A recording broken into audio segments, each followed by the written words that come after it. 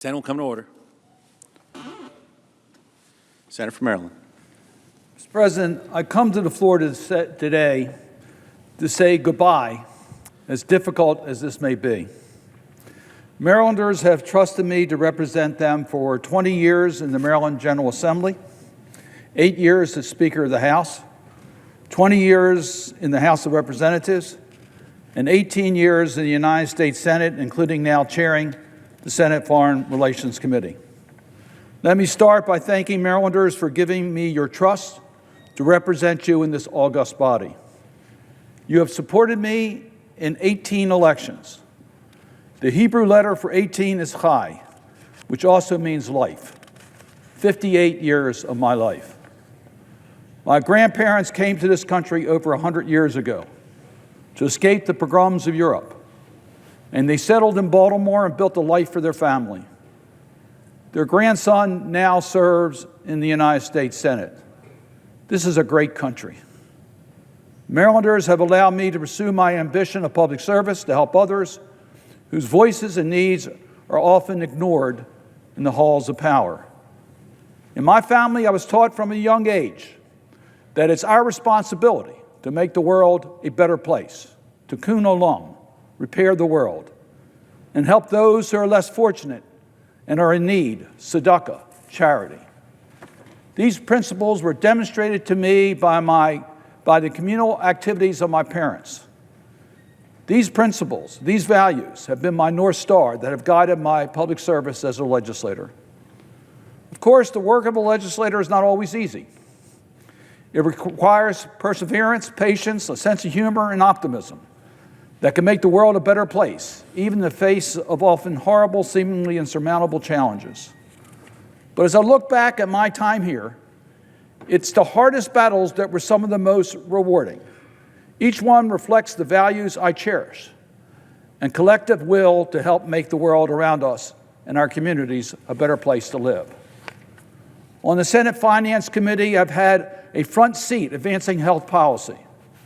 I was fortunate to serve with the champion of health care, Senator Ted Kennedy.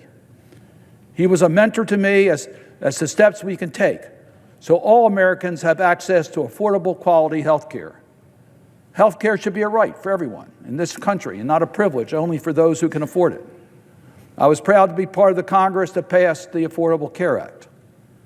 That law included my legislation that elevated the National Institute for Minority Health and Health Disparities at NIH. As much progress this has brought, the struggle for health care equality continues. Today, Medicare coverage includes legislation I authored for screening and preventive care, saving lives and dollars.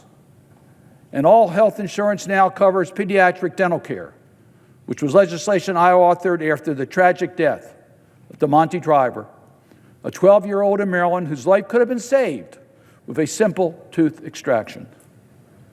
I partnered with Senator Rob Portman in both the House and in the Senate to expand retirement security, particularly for lower-wage workers. Thanks to legislation we co-authored and has been enacted into law, more employers are providing opportunities for their employees to participate in retirement plans. Our legislation included a saver's credit for lower-wage workers and automatic enrollment provisions that have dramatically increased participation by employees. In the last 10 years, participation in retirement savings for the lowest income quintile of Americans has increased by 135%. And in affordable housing and economic development in underserved communities, I've worked with Senator Cantwell on improvements to the low-income housing tax credit. I've authored successful legislation to expand the new market tax credits and historic tax credits, which have been used for economic development and affordable housing opportunities across Maryland and our nation. Examples of the use of these tools in Maryland include the Justice Thurgood Marshall Center in Baltimore, the Natty Bow Building in Baltimore, the Wally Bates Legacy Center in Annapolis, and yes, just yesterday, Senator Van Hollen and I were at the Southern Stream Health and Wellness Center that used new market tax credits with Bishop Hickman, which is energizing and revitalizing the communities in East Baltimore. On the Environment and Public Works Committee, I've had the opportunity to expand the federal government's commitment to our infrastructure. The recently enacted bipartisan infrastructure law included many of my priorities. For example, it included funding for reconnecting communities that have been divided and disadvantaged through ill-conceived transportation projects. The poster child for this initiative is the Franklin-Mulberry Corridor in Baltimore. It was not surprising that Baltimore received funding in the first round of federal grants. I'm equally proud of the expansion of the Transportation Alternative Program, TAP. I was the author of the TAP program that allows governments to make their own priority decisions on the use of part of the federal highway funds. That has been a favorite source of funds to provide trails for local communities that connect neighborhoods for walkers and bikers, including, for example, the rehabilitation of the C&O towpath in Washington, Frederick, and Montgomery counties. Myrna and I take advantage of these paths to absorb the beauty of our communities that are now connected through paths and trails. Older communities still have lead pipes bringing drinking water into their homes, and schools threatening the health of our children. The bipartisan infrastructure law provides significant help to eliminate this public health threat, including $82 million in federal grants for Maryland. It also provides unprecedented increases in transit funding, a priority of mine, which is particularly important to traditionally underserved and underrepresented communities. This law allows Maryland to move forward again with the Transit Red Line in Baltimore. Funding for Amtrak enabled Baltimore to begin construction of the Frederick Douglass Tunnel to expedite travel along the Northeast Corridor. One of my top priorities as a Maryland senator has been to promote the health of the Chesapeake Bay, and the federal partnership has been essential in this cause. The Bay is a national treasure, the largest estuary in our hemisphere, and iconic to Maryland. It is in our DNA, particularly important to our economy and our way of life. I first started fighting for the Bay in the Maryland General Assembly. When I was Speaker of the House, I partnered with Governor Harry Hughes to establish the multi-state effort to save the Bay. It led to the partnership with 6 states and the District of Columbia and the Federal Bay Program. Maryland senators have taken the federal lead, starting with Senator Mac Mathias, then Senator Paul Sarbanes and Barbara Mikulski, and now Senator Chris Van Hollen and myself. During my years in the Senate, I've worked with my colleagues to increase funds for the Bay, including the EPA, NOAA, Army Corps of Engineers, wastewater treatment funds, watershed grant funds, agricultural land preservation funds, oyster restoration funds, removal of invasive species from nutria to the blue catfish, and many, many more. I particularly want to note with pride funding for Popular and Mid-Bay, location for dredging disposals that have been used for environmental restoration and non-controversial locations necessary to keep our channels commercially competitive. Our work on the Chesapeake Bay is working, and it's become a global model of multi-jurisdictional cooperation. The Environment and Public Works Committee helps each region of our country that suffers from a catastrophic event that destroys infrastructure. I thank the leadership of the committee for reaching out to Maryland after the tragic loss of the Francis Scott Key Bridge. The Biden administration has been there every step of the way to help Maryland, and I am confident that Congress will provide the resources and authority to move forward on the construction of the new bridge as quickly as possible. I've been both the chair and ranking member on the Small Business and Entrepreneurship Committee. I am so proud of the bipartisan work of the committee, working with Senator Rubio, particularly during COVID. The historic relief packages we designed not only saved many small businesses, but truly helped to save our economy during the pandemic. I am particularly proud of the focus I brought to help traditionally underserved communities. Senator Warner and I worked to provide support for the CDFIs, so financing options were available in underbanked communities, including nonprofits and returning citizens in the program, once again provided help and services to often forgotten neighborhoods. During my chairmanship, Maryland expanded from 1 to 4 women's business centers. 2 are located at HBCUs. In addition, Maryland opened its first Veterans Business Outreach Center. Because of these programs, small businesses are thriving in Maryland, especially those led by women, particularly women of color. My service in Congress built on my record of inclusion started with my service in the Maryland General Assembly. As a Baltimore City legislator, I fought for equalization of state educational funds to favor poor property wealth jurisdictions such as Baltimore City. I helped develop the Maryland Hospital all-payer rate system for equal health care access regardless of economic circumstances. Under this system, Maryland has avoided having charity hospitals. As a member of the House of Representatives in the United States Senate, I've helped preserve and strengthen the Maryland hospital rate system. I was the leader in the state of Maryland for the development of the circuit breaker property tax credit program that allows seniors to remain in their homes. And as Speaker of the House, I appointed the first woman, the first African American, to chair a standing committee. One of my proudest accomplishments as a legislator came in the United States Senate. It was the passage and enactment of the Sergei Magnitsky Rule of Law Accountability Act. This law was inspired by the death of Sergei Magnitsky, a Russian tax attorney who was murdered 15 years ago last month for uncovering corruption. His story has been told to the world by his client, Bill Browder, and came to my attention as the chair of the Helsinki Commission. When I was first elected to Congress in 1987, my family was deeply involved in the cause of getting Soviet Jews out of the Soviet Union. My wife, Myrna, was leader of the Maryland Committee for Soviet Jewry. My close friend, Representative Steny Hoyer, chaired the U.S. Helsinki Commission that took up the cause of Soviet Jews and gave me the opportunity to become involved. Steny and I traveled together to several countries behind the Iron Curtain to give hope to those who were living in countries where their leaders denied their citizens basic human rights. So when Sergei Magnitsky was killed, it was clear to me that those who violated his basic rights needed to be held accountable, even if the Russian government refused to act. The Sergei Magnitsky Rule of Law Accountability Act targeted those individuals who were complicit in his jailing and murder. It blocked these individuals from enjoying the benefits of America, from traveling to our country or using our banking system.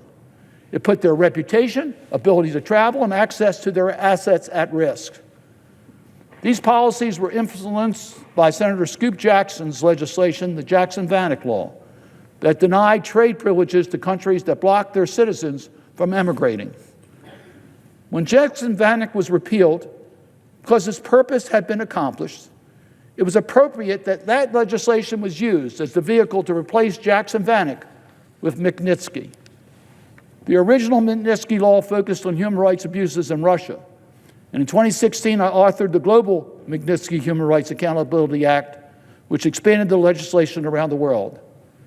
These laws have given birth to a whole new international legal framework for upholding human rights and deterring corrupt actors.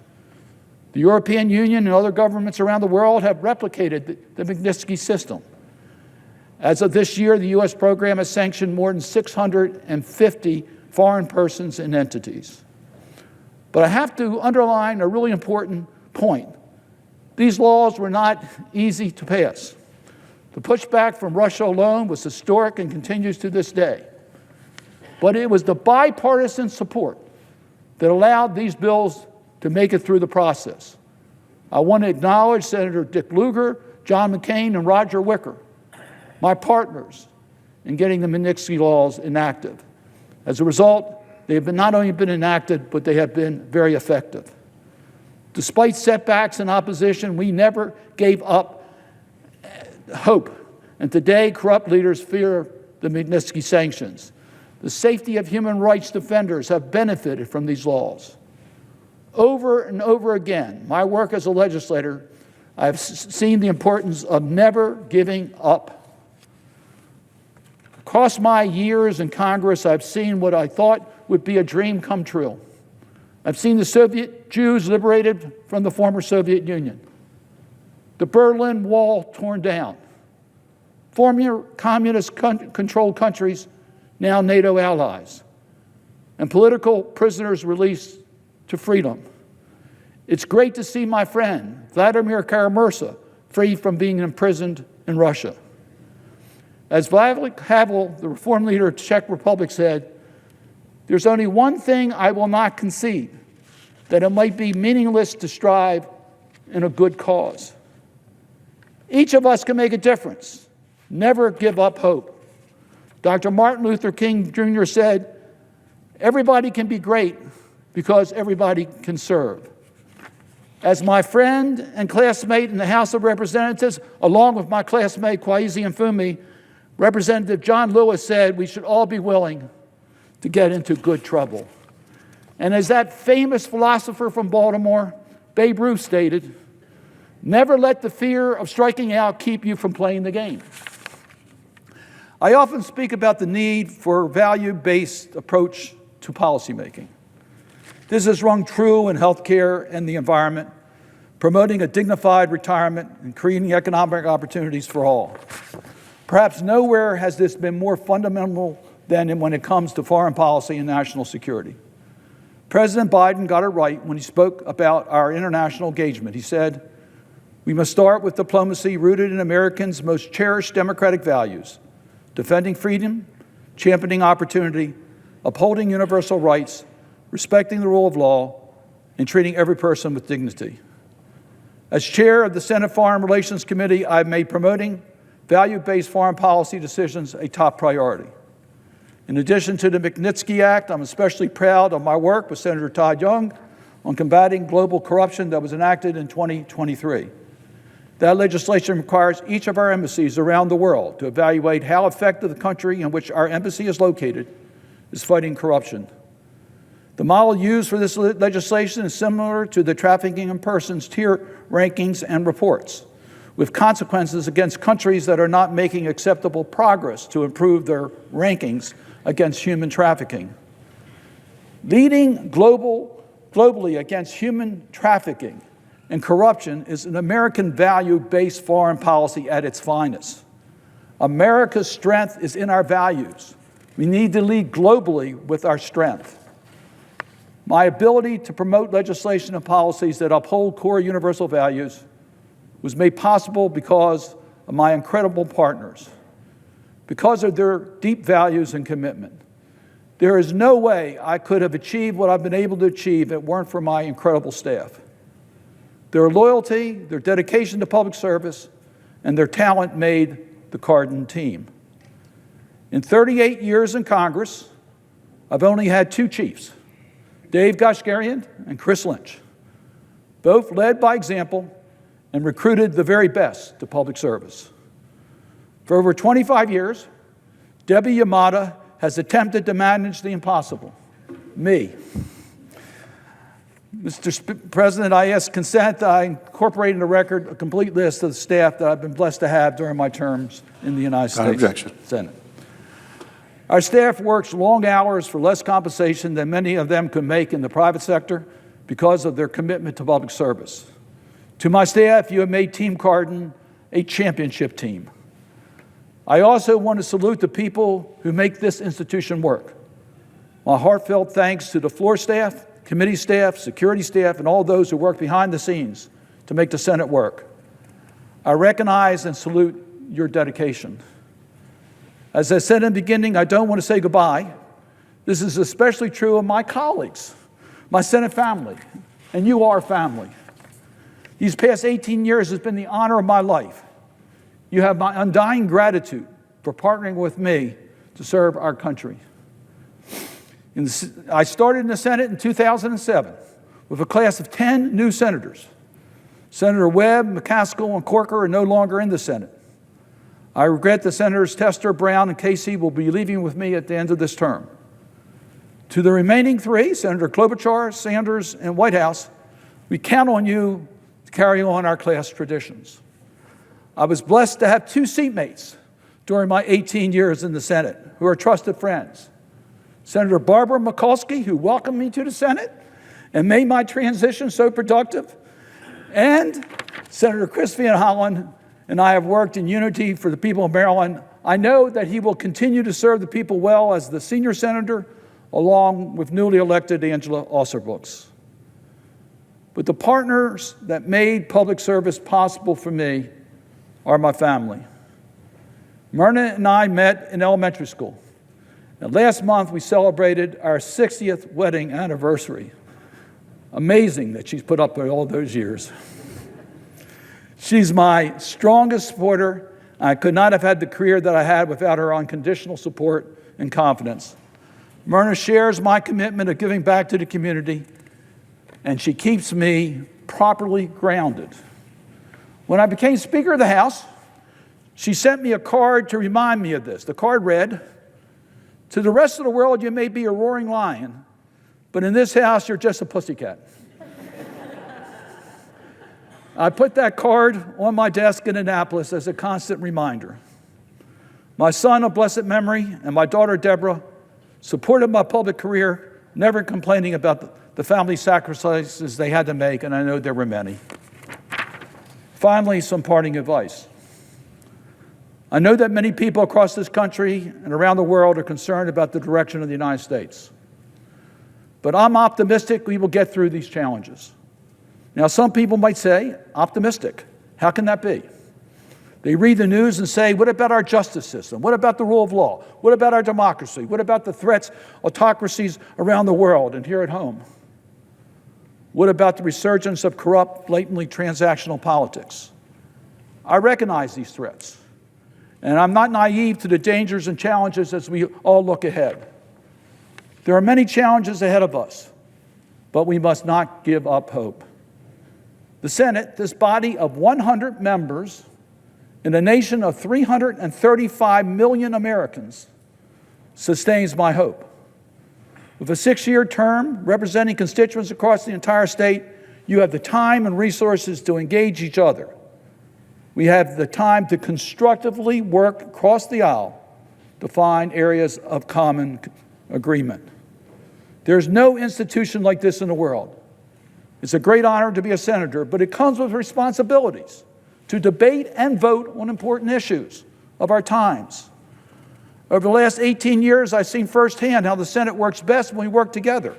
I cited many of these examples, successful efforts to do just that, working across the aisle on pension reform, small business COVID relief, advancing value-based foreign policy, and many more. We don't have to agree on every single issue, and we never will. But when we defend the constitutional powers of this institution and the prerogatives of the legislative branch together, we create positive results for the country. The Senate is where the rubber meets the road. It's the dividing line between democracy and autocracy. To my colleagues in the Senate, you play an important role in our democratic check and balance system. Never has it been more important for us to fight to protect our democracy, to defend the rule of law, and to stand up for our common values. As senators, we need to demonstrate to the American public by your actions that you can practice civility, that differences can be resolved constructively without harsh terms. We need to remember that compromise was how this nation was formed. It can be a good thing and bring people together. Compromise on policy, but never on principles or values. Treat people with respect even when you disagree. I've made that the guiding principle in my office. My staff calls it Cardinesque. Finally, let us all make it a priority to promote better knowledge and understanding of history, civic engagement, and again, civility. Whether promoting American values or investing in domestic priorities here at home, I ask you to let your values guide you to lead our world and our community in a better place, a fairer place, a healthier place, a more peaceful place, a more prosperous place for all to benefit. Let that be our North Star. With that, Mr. President, I yield the floor.